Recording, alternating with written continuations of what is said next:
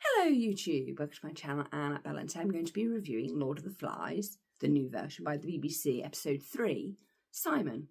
Episode 3 is 58 minutes long. The first two episodes, episode 1 and episode 2, are 57 minutes long, and episode 4, which is Ralph, is 59 minutes long.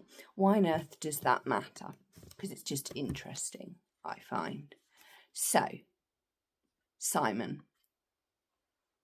Simon is the only moral character outside of Piggy. And what I mean is he's not following from a civilization perspective, because Ralph and Piggy are very much products of their social conditioning.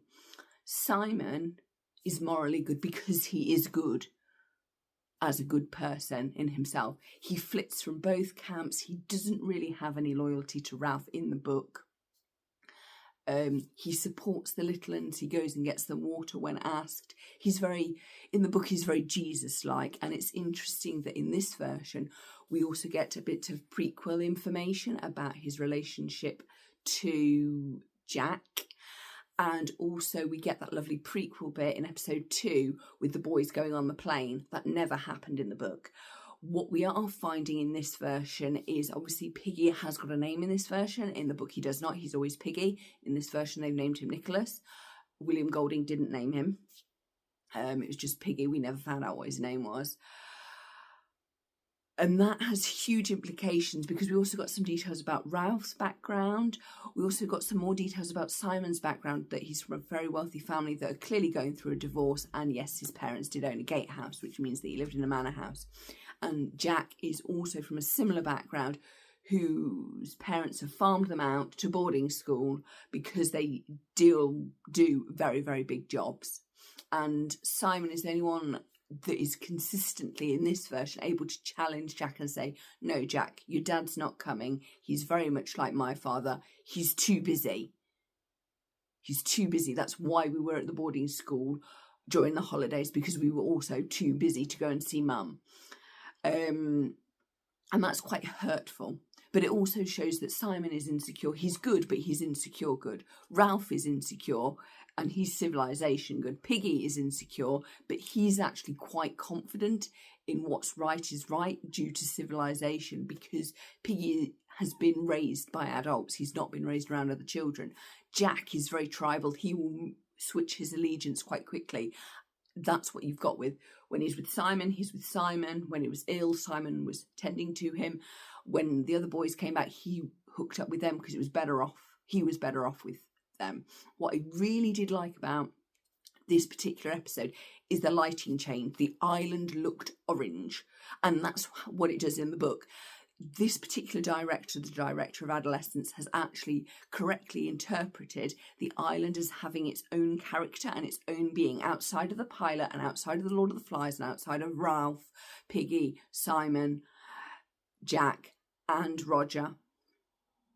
We will get to Percival. Go Percival and his remembrance of little children under the age of 8 memorise their telephone number and their address. At least they used to. Now it's probably an email address as well, or a mobile number. They memorise that because in an emergency they would have to give it. My name is and I live at and that's what Percival does. And then he's like, I love the fact that Percival in episode 2, he says his name, gets given the conch, starts saying, my name is Percival and I live at the vicarage and this is the telephone number, and then he says the beast is real and I'm scared. And the reason he's giving his information details is a lot of the little uns, excuse my tummy, think that the big uns are adults. Because Piggy would give that impression to a 6-year-old child. It's just something that they would assume from how he's acting, how he's talking. What is fascinating is both Piggy, Simon and Jack, all their episodes start in the forest. I believe Ralph starts on the beach, and that's the only one that's not in the forest, because Piggy has clearly just woken up from where he's landed in the plane crash and is off to find people. Jack is practicing his hunting because that's what he wants to do. He wants to hunt because that's fun. And also savage. But he's not evil. He's an insecure little boy that's lost. child soldier, product of the environment. Simon, I know the whole fat jokes have been removed and the fact that Simon has epilepsy has been removed. A lot of religious figures were thought to be otherworldly and spiritual. So how that tends to be translated both in real life and in books was the epilepsy, because you could walk through two worlds with it. It's very ableist and we wouldn't do it today. Hence why Simon in this version is described as fainting, which means that he doesn't have grand mal seizures. He has absences and then he collapses. We've also got to talk about the big scene where Simon and the Lord of the Flies have that conversation. I'm loving the use of maggots all the way through. It's been really good. The use of nature. I noticed in the first episode, we also got some positives. We've got the little caterpillar and the other animals besides the pig. As the stories progress, now we're in episode 3, we're starting to see maggots and rotting and the stench. It's implied, the stench, because obviously we can't smell it through the television or through the screen, but it's implied that it's there. So you've got the stench, you've got this rotting meat. Remember, in episode 2, they killed that mother pig. The hunt was successful, they got meat, but they killed the wrong animal. Also, how these boys move. You've got Jack's back as he's stalking, and you could see his spine going up. You had Simon's, he'd found, and he was almost worshipping the dead pilot that he'd found, but the beast that they found is actually the parachute. And I loved the fact that it did look like a beast and it blew up. And the storm was really well done. You had the lovely red and orange, and then you had the blue and the dark navy blue of the storm going into the grey. Brilliant, as well as the savagery of the boys. And the fact that Jack has also got this blindfold over his face and he can't see what he's doing. And when he realises, he picks it up, looks down and leads the boys off to the beach to do the dance. And it's interesting that Ralph and Piggy don't actually take part in this dance when they get invited over to Jack's camp. Fascinating stuff. The fact that Ralph calls them out, Piggy's absolutely terrified, and they disappear and Jack's leading the dance. I'm loving the contortion and the distortion of the bodies, and that child that flips over and walks on his back. And I'm really liking that, and the fact that they've cut the black dirt and then they've got the white to highlight their eyes. It's very skeletal. All wrapped up in insecurity. Okay, we've done that. We've done the Jesus thing, we've done the storm, we've done the savagery. We've also got to talk about the social conditioning. Ralph and Piggy are good because of social conditioning, which I've mentioned. Now we're going to talk about Simon talking to the Lord of the Flies. The Lord of the Flies in many versions is viewed as talking to the devil or the beast. But actually, what Simon has known all along is there isn't a beast, an actual physical monster that's coming to get them, even though they're the ones killing the pig, shockingly enough. The monster is inside man. So you've either got Simon, who's having an epileptic fit in the book. He has an epileptic fit and it has this conversation with the Lord of the Flies, who is either Satan or is the savagery of man personified, and you're not quite sure what it is.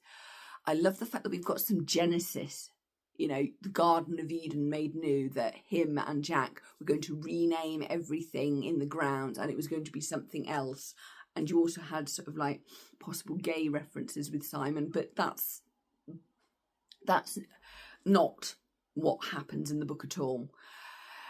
But it's hinted at, and we're perhaps a little bit more aware of that, the fact that he writes about how lovely his hair is and this, that, or the other. But then again, people in all male boarding schools did have very intense friendships with other boys, and some of them were homosexual, some of them were just playing around, some of them lent that way because they didn't have access to girls.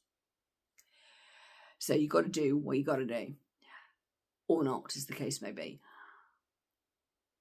What is interesting is the fact that Jack and Simon's relationship is almost sanctified and seen as sacred. The fact that they aren't public with it. It's something that they share when it's just them. And that's fascinating. The fact that Jack had the perseverance of mind to keep the red book and to read it because he wanted to retain that close relationship. The fact that Simon had to go, that Jack made Simon, even though Simon asked for it in episode 2, Simon then had to go and get it by putting mud on himself and crawling and getting it. It's brilliant. And then using it to burn, and then they stole the fire and off we go again. But this conversation that Simon has either with Satan or the evilness of man, depending on your interpretation, where he's reprimanded because Simon has known all along that the badness has come from man themselves, not from any other force. And he's been too weak or insecure to tell people because people have said, oh, you're batty, you're batty. And a lot of people sort of like in episode 3, it didn't kind of make sense why Piggy and Ralph were suddenly saying that Simon was batty. But that's what happens in the books. In the book, it's better.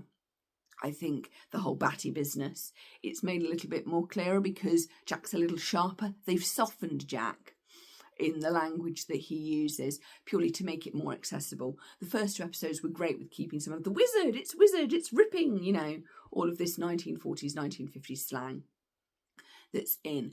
But that is such an important conversation that Simon has with the head of the pig that's rotting on the stick and his sort of adoration of the pilot, the adoration of man. He's moved from Jesus to understand man better, and the beast being that parachute that's flapping about. Loved that, because that would scare little children. The big uns would have eventually realised, but because of the storm and everything else and being alone, they go along with it. It's almost like 13-year-olds get giddy and 12-year-olds get giddy over various things, and the peer pressure becomes too much and they don't want to stand out. And that's why Simon is so passive. He's morally good, but he's not actually speaking up. He's just doing good things. He's not saying, no, this is wrong, because when he has tried, he's batted down either by Jack or Ralph or Piggy because their ideas are better. And it's interesting to note that Ralph wanted to hear what Nicholas had to say on this matter. He says, adults just get on with it. We've just got to go with it because it's meat. Because Ralph and Piggy understand that they need to eat, regardless of how it's got, which sounds awful, but that's what a lot of people do. It's like, they're not interested in veganism or vegetarianism. It's like, I've got to eat. If I don't eat, I die. It's true. So that's where they're coming. And it's a very pragmatic, survivalist view, because guess what? These boys are stranded on an island. The fact that Jack's, revelling in this savagery, he isn't evil by nature. He's revelling in the fact that suddenly he doesn't have this oppressive atmosphere on him and his natural savagery is coming out. He's actually having fun. Roger is doing something really, really bad. And it's interesting that Roger pretends to be the pig and they all start to sort of like hit him, because what Roger is actually doing when he's doing that in the dance, he's training the others to be him. And I think that that is absolutely fascinating. The dance was brilliant. I loved the fact we saw all different boys contorting and twisting, because that is pretty much the book. You don't get a lot of verbalization and oral communication during that, but it's all description. So the only way you can do that on film is by great cinematography. This has been the best adaptation of Lord of the Flies I've ever seen. There have been 2 before that. There's the black and white movie, and then there's the modern Naval Academy that gets lost.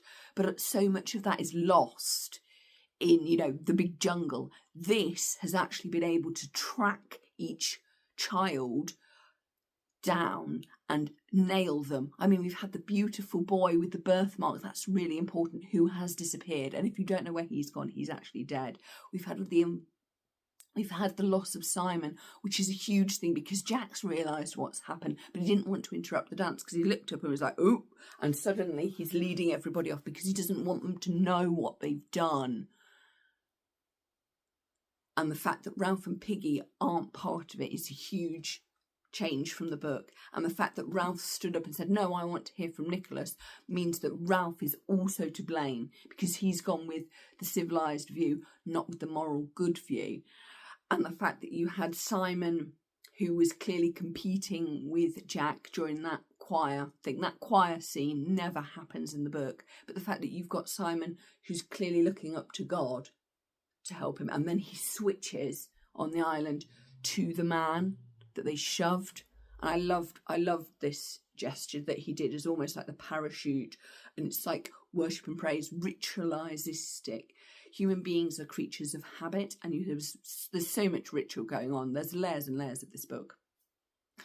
So you've got the savagery, you've got the ritualisation, you've got the social conditioning. It's brilliant, absolutely brilliant. 5 out of 5 for me. I loved how sensitive they were with the death of Simon. The fact that you didn't have anybody wailing, because in the book, he's just there, splayed out in Jesus pose, floating out to sea, never to be seen or heard of again. Only Jack really knows, because he looked up and was like, oh, only he really knows. And I don't think he's absorbed it yet. We'll see when I watch episode 4, which is Ralph. It's brilliantly done, masterful. This has. It's been, The Lord of the Flies is a really difficult book to actually put to screen. The fact that they've been able to do it with age-appropriate actors has been phenomenal. It's just great.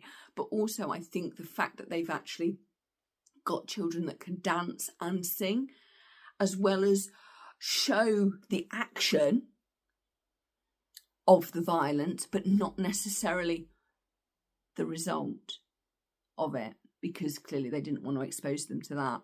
But you've got the mud, you've got the blood, you've got the white, you've got the black. It's really good contrasting going on. It's fantastic. Episode 3, Simon, was beautifully filmed, beautifully acted, beautifully shot. The orange on the island was fantastic. 5 out of 5 for me. Don't forget to like, comment and subscribe, and I will be posting episode 4 very soon. Bye!